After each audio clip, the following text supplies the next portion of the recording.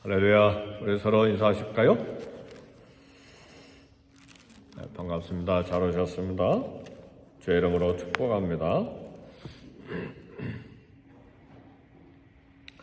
옛날이나 지금이나 우리 예수님 재림에 관한 많은 추측들과 소문들이 있어왔고 지금도 있습니다. 그러나 우리 주님은 오늘 누가복음 17장 23절에 사람들이 주님이 재림해서 여기 있다 저기 있다 할 텐데 너희는 가지도 말고 따르지도 말라고 경계했습니다.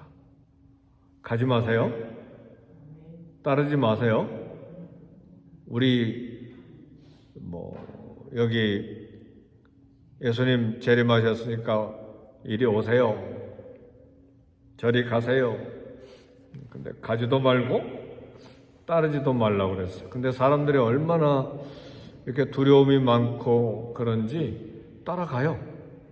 또 거기 가기도 하고. 그렇게 하지 말라고 그랬어요. 절대 따라가나 가지 마세요. 그리고 우리 주님이 말씀하셨어요. 예수님은 소수의 사람들에게만 은밀하게 오시는 것이 아니고 번개가 번쩍이면 하늘 이쪽과 저쪽까지 비치잖아요. 번개가 번쩍하면 막 지구 전체가 이렇게 보이는 것처럼 주님은 전 세계적으로 한 번에 오시는 것입니다. 그러니까 이 장소에 오고 저 장소에 오고 그런 것이 아닙니다. 그때가 되면 우리 주님의 재림은 누구나 알 수 있고 믿는 사람이나 믿지 아니하는 사람이나 다 알게 되죠. 믿는 사람은 이제 주님 혼인잔치에 들어가니까 알게 되고 믿지 아니하는 사람들은 심판의 날이니까 두렵고 부끄럽고 그래서 바위야 나에게 떨어져서 나를 감춰달라 그렇게 믿는 사람이나 믿지 아니하는 사람이나 누구나 부정할 수 없도록 우리 예수님이 오십니다. 그래서 오늘 본문에 보니까 인자의 때라고 그랬어요. 주님의 재림 말합니다. 이처럼 주님의 재림은 이제 갑작스럽게 있게 될 것을 오늘 본문에서는 이야기합니다. 그동안에 어떤 예수님의 재림의 징조들이 쭉 있기도 하지만 오늘 본문의 말씀의 특징은 특별한 징조와 상관없이 먹고 마시고 평안하게 일상생활할 때 갑자기 오신다는 말씀이에요. 그래서 우리 주님은 두 사람의 때를 비유로 이야기하십니다. 노아의 때와 소돔고모라 성의 롯의 때를 예를 들어서 주님의 재림의 때를 말씀하셨습니다. 그러니까 이제 노아의 때는 뭡니까? 먹고 마시고 장가들고 시집가고. 이건 뭐죠? 평범한 삶이잖아요. 우리 먹잖아요. 마시잖아요. 평범한 삶이에요. 그리고 시집가고 장가들고. 이것도 평범한 일상이잖아요. 그러니까 먹고 자고 잠자고 일어나고 그렇게 시집가고 장가고 평범한 때에 갑자기 임하신다 그 말입니다. 이런 노아의 때 이렇게 평범한 삶 중에 갑자기 홍수가 임해서 다 멸망했다는 말입니다. 이제 롯의 때는 뭡니까? 조금 더 이야기하셨어요. 얼마나 이 소돔고모라 성의 롯의 때가 평범한지 먹고 마시고 사고 팔고 심고 집을 짓고 이게 얼마나 당연한 삶이에요. 그죠? 아침에 안 먹어요? 먹죠. 점심도 먹고 마시고. 이건 사고 팔고는 뭡니까? 경제 활동이잖아요. 그죠? 장사하고 직장에 가서 일하고 지금 오늘도 일할 거잖아요. 그죠? 사고 팔고 또 심고 이건 농사 짓는 일이네요. 시골에서 농사 짓고 또 집을 짓고 지금도 평범하게 집을 짓고 있잖아요. 이상한 일이 하나도 없어요. 다 똑같아요. 그런데 그런 평범한 삶 중에 갑자기 하늘로부터 불과 유황불이 내려가지고 비오도 쏟아져서 소돔과 고모라 성이 멸망했다. 그런 말씀입니다. 인자가 나타나는 날에도 그러하리라 그랬습니다.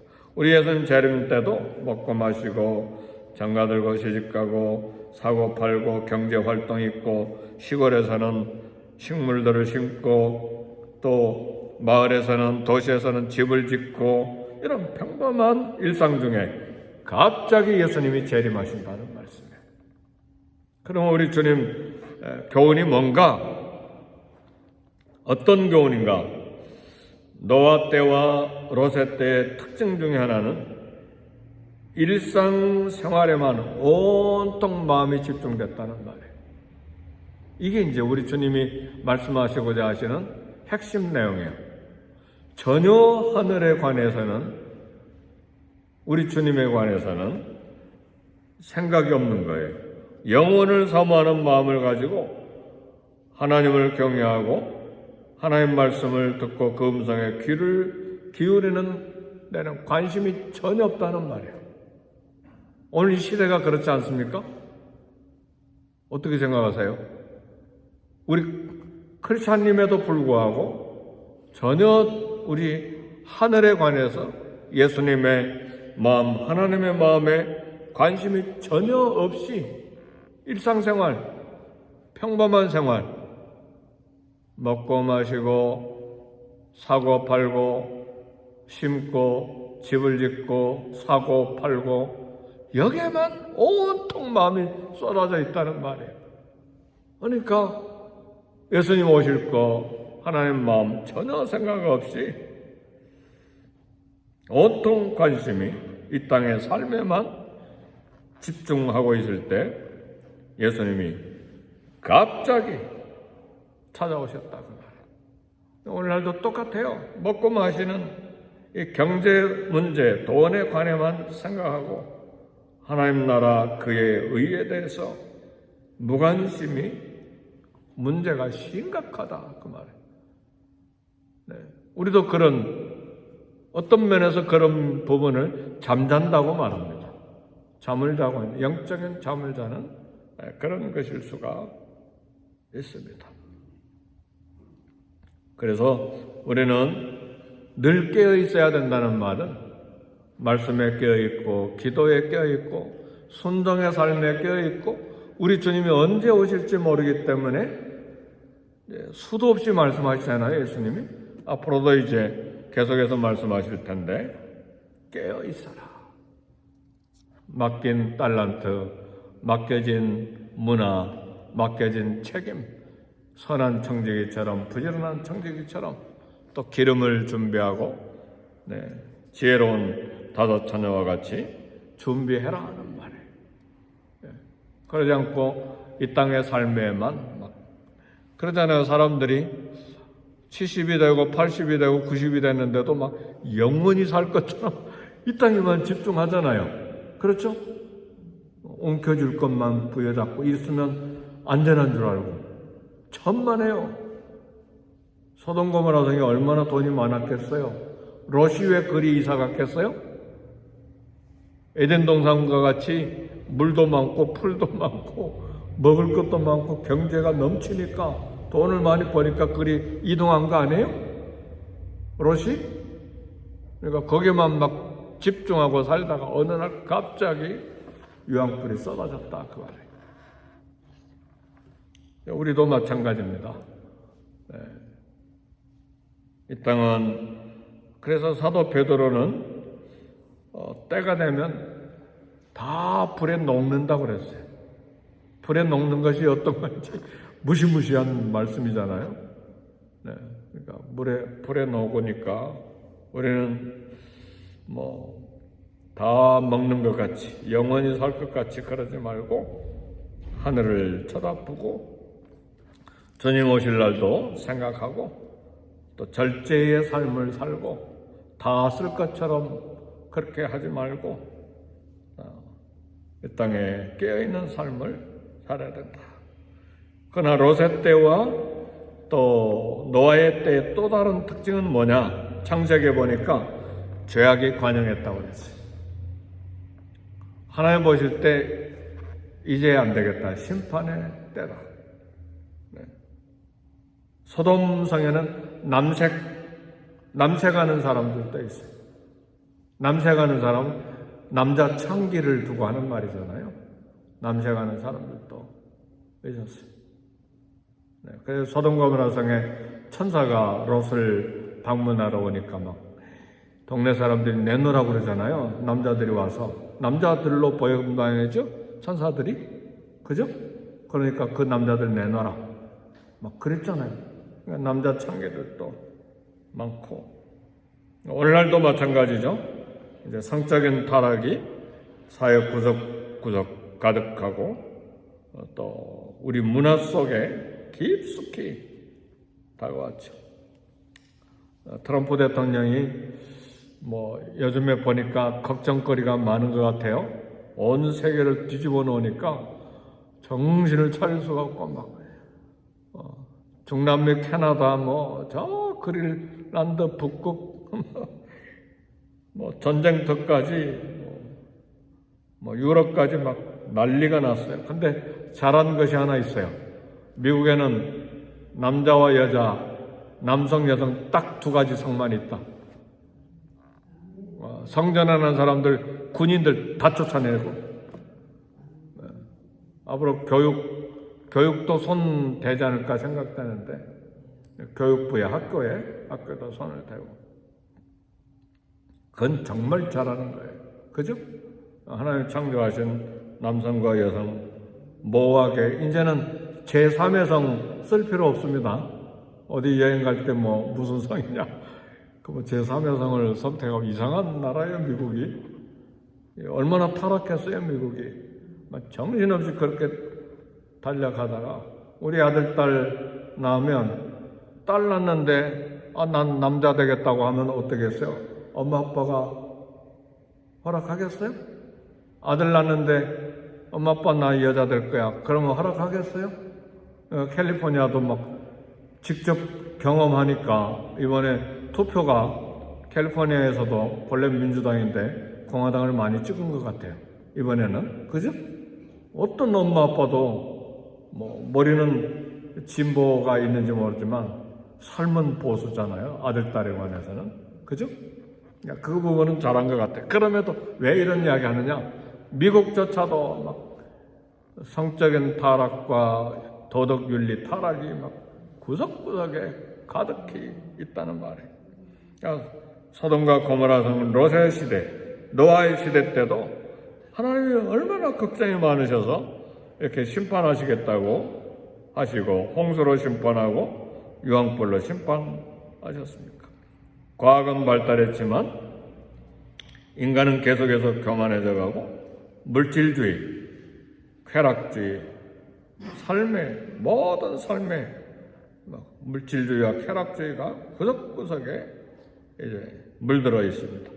그래서 물질 집착 버려야 된다고 이야기를 해요. 오늘 본문의 말씀 보니까 지붕에 있는 사람, 우리 주님 재림하시는 그런 현장이 생길 때 물건 가지러 내려가지 말라고 그랬어요.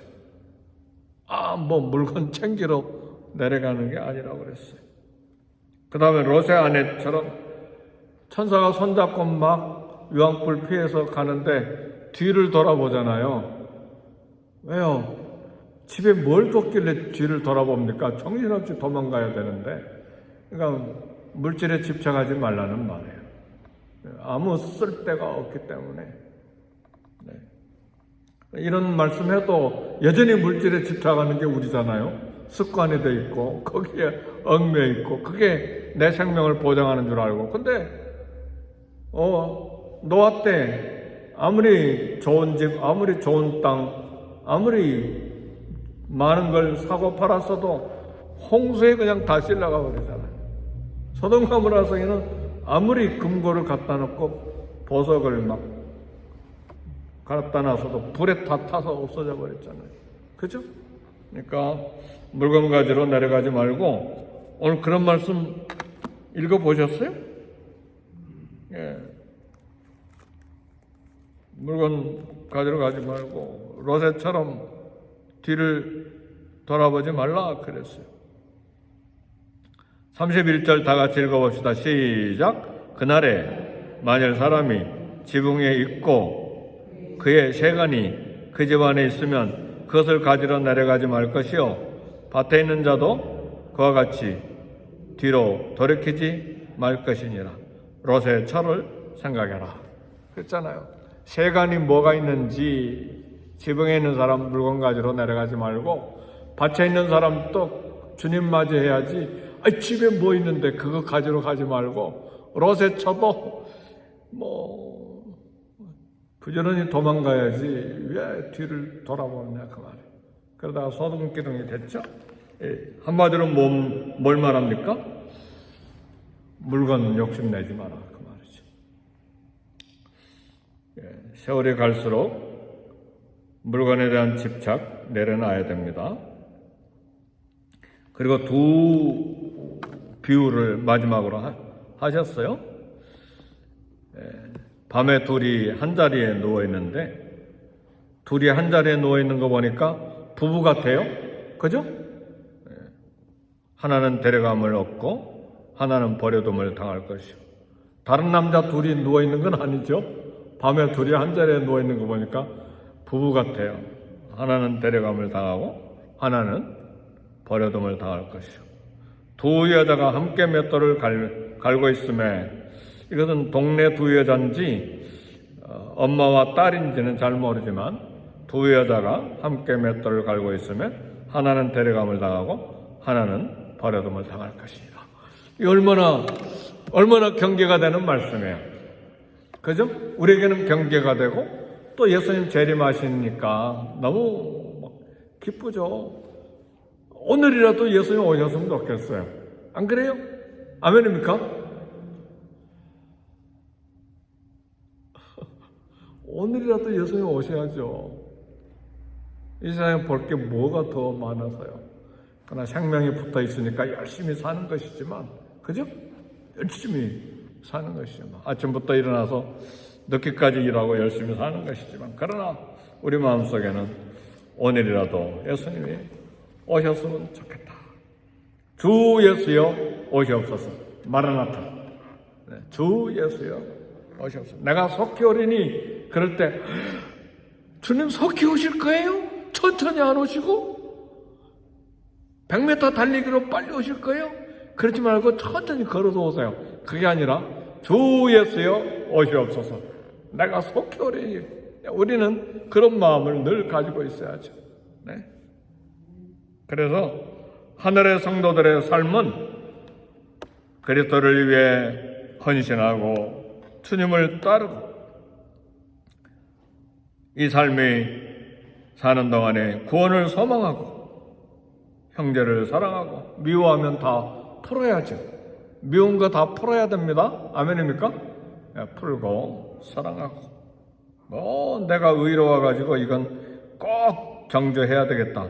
그러지 마시고 그건 하나님께 맡기세요. 아멘입니까? 정죄 심판은 하나님께 맡기고 내가 내 의로 이걸 꼭 징계를 해야 되겠다. 어떤 방법으로든 그렇게 하지 마세요.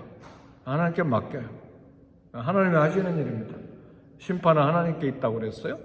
하나님께 맡기고 우리가 할 일은 용서하고 사랑하는 일입니다. 하나님 나라 언제 오실 건가? 예수님 언제 재림하실 건가? 우리는 다 궁금하죠.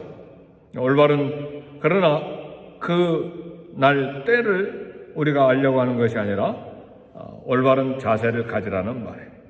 두 가지 역사적인 사건, 노아의 홍수와 소돔 고모라 성의 롯의 때의 삶이 우리에게 교훈이 됩니다. 이 땅의 평범한 삶, 먹고 마시고 시집가고 장가가고 사고 팔고 심고 집을 짓고 여기에만 집중하고 여기에만 마음을 다 빼앗겨서는 안 된다는 말입니다. 성도는 몸은 이 땅에 발을 딛고 살지만 생각은 항상 하늘 위의 것을 바라보고 생각하는 삶이 돼야 된다는 말입니다. 그럴 때에 이 땅에 마음 빼앗기지 않고 너무 집중하지 않고 그만큼 또 하늘에 집중해야죠. 그죠? 그렇게 밸런스를 잘 맞추면서, 그러나 우리의 삶은 깨어있는 삶이야죠. 말씀에 깨어있고 기도에 깨어있고 순종하는 삶에 깨어있고 경건한 삶에 깨어있고 사랑하는 삶에 깨어있어야죠. 그렇죠? 과도하게 미워하고 과도하게 증오하는 삶도 문제가 심각합니다. 그것도 잠자는 상태예요. 그렇죠? 그거 깨어있어야죠. 풀어야죠.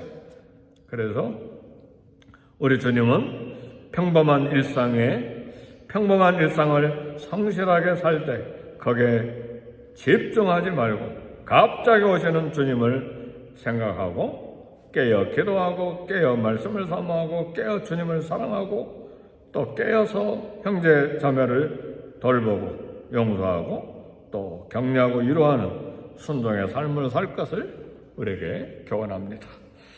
우리 이 시간에 이 말씀 늘 들어야 돼요. 예수님의 재림에 관한 말씀은 적어도 한 달에 한 번 이상, 한 달에 2번 이상은 들어야 돼요. 그래야 우리가 늘 깨어 있어요. 그렇지 않으면 잠자버린다니까요.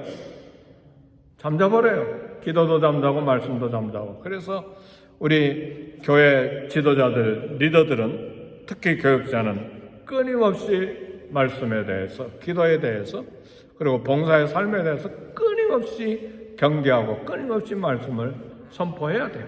근데 교육자까지 잠자버리면 어떻게 되죠? 그럼 끝장 보는 거예요. 그죠?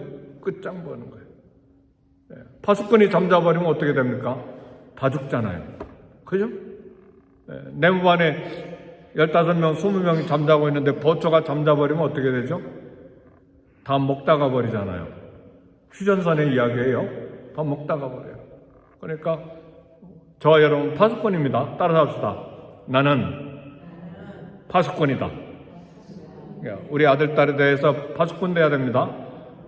돈 잘 벌구나. 잘 돼가네. 그것만 박수치고 있으면 큰일 나요. 기도하냐? 너 오늘 기도하고 하루 시작했냐? 너 오늘 성경 읽었냐? 그거 왜 깨어서 파수꾼으로 이야기 안 합니까?